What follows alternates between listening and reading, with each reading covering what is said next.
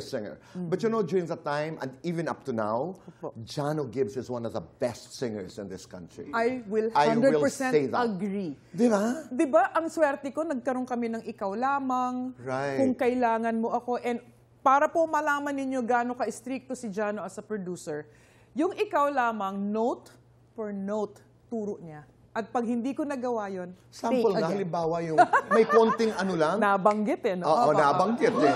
Oo.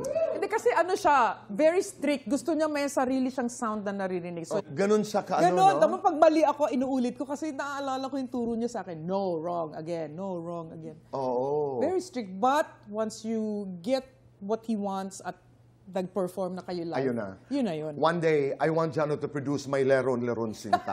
Oo, I sing it here. I sing it here.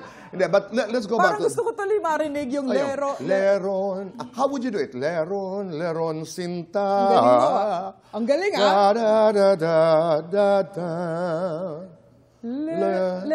Leron sinta.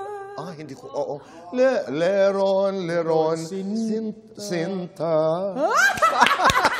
Gusto ko yung may daliri eh.